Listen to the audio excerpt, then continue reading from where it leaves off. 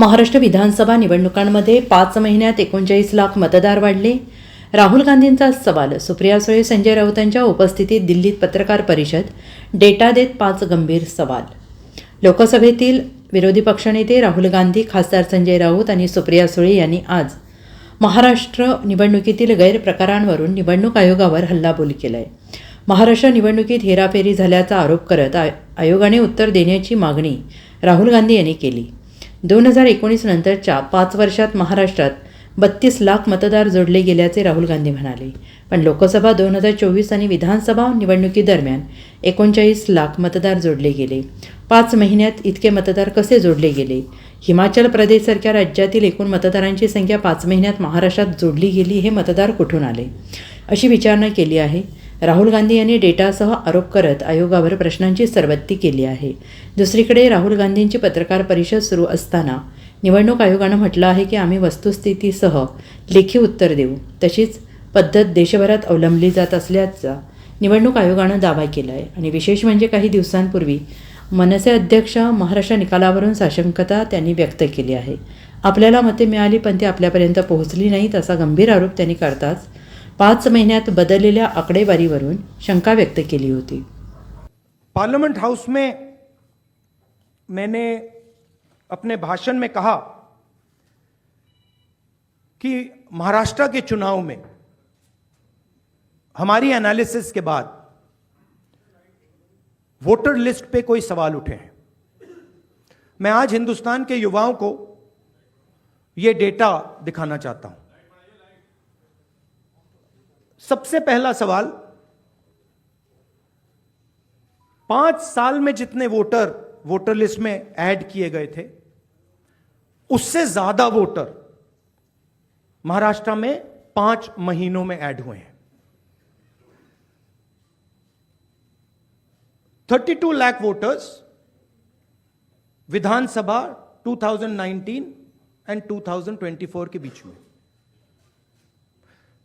39 lakh voters मतलब हिमाचल का जो पॉपुलेशन है वो ऐड कर दिया लोकसभा 2024 एंड विधानसभा 2024 के बीच में. यह पहला सवाल है. ये जो एडिशनल वोटर्स ऐड किए हैं ये हैं कौन?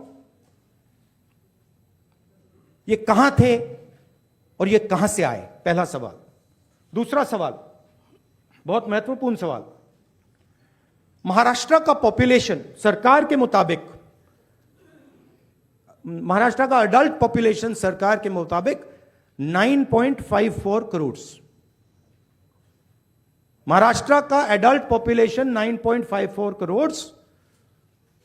इलेक्शन कमीशन के मुताबिक महाराष्ट्र में 9.7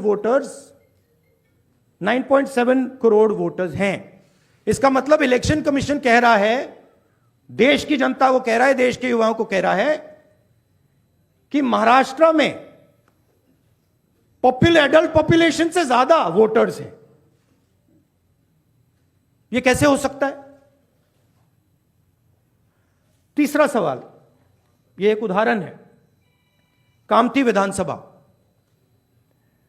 यहां पे कांग्रेस पार्टी को लोकसभा में 1.36 लाख वोट मिला है. विधानसभा में तकरीबन उतना ही वोट हमें मिला, 1.34 लाख. यह चुनाव हम जीते, लोकसभा वाला. लोकसभा के चुनाव में बीजेपी को 1.19 लाख वोट मिलता है. इस कंस्टिट्यूएंसी में 35,000 नए वोटर्स ऐड होते हैं और वो 35,000 के 35,000 वोटर सीधे बीजेपी के खाते में जाते हैं और बीजेपी चुनाव जीतती है. यह एक उदाहरण है. ऐसे महाराष्ट्र में अनेक उदाहरण हैं. हमारी कंस्टिट्यूएंसीज में, एनसीपी की कंस्टिट्यूएंसीज में, शिवसेना की कंस्टिट्यूएंसीज में. हमारा वोट महाराष्ट्र में कम नहीं हुआ है. बीजेपी का वोट ज्यादा हुआ है. ये वोटर्स कहां ऐड हुए हैं?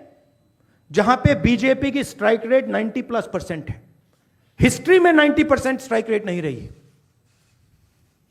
तो यह मैं देश की जनता को कहना चाहता था।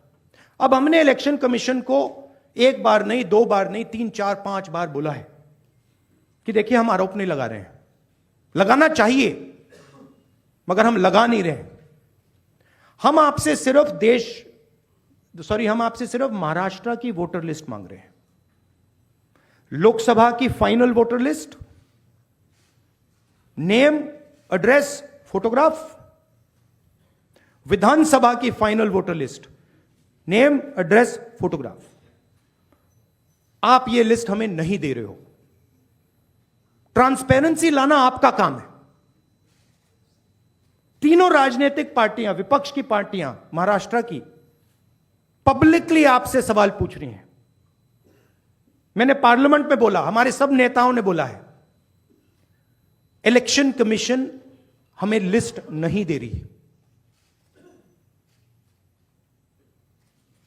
उनकी जिम्मेदारी बनती है कि जल्दी से जल्दी लोकसभा, विधानसभा महाराष्ट्र की लिस्ट वो NCP, Shiv Sena and Congress party को पकड़ा दें, क्योंकि हम इस मामले को आगे ले जाना चाहते हैं। हम इस इन्वेस्टिगेशन को एंड तक ले जाना चाहते हैं। Bureau report, SBN Marathi, Mumbai.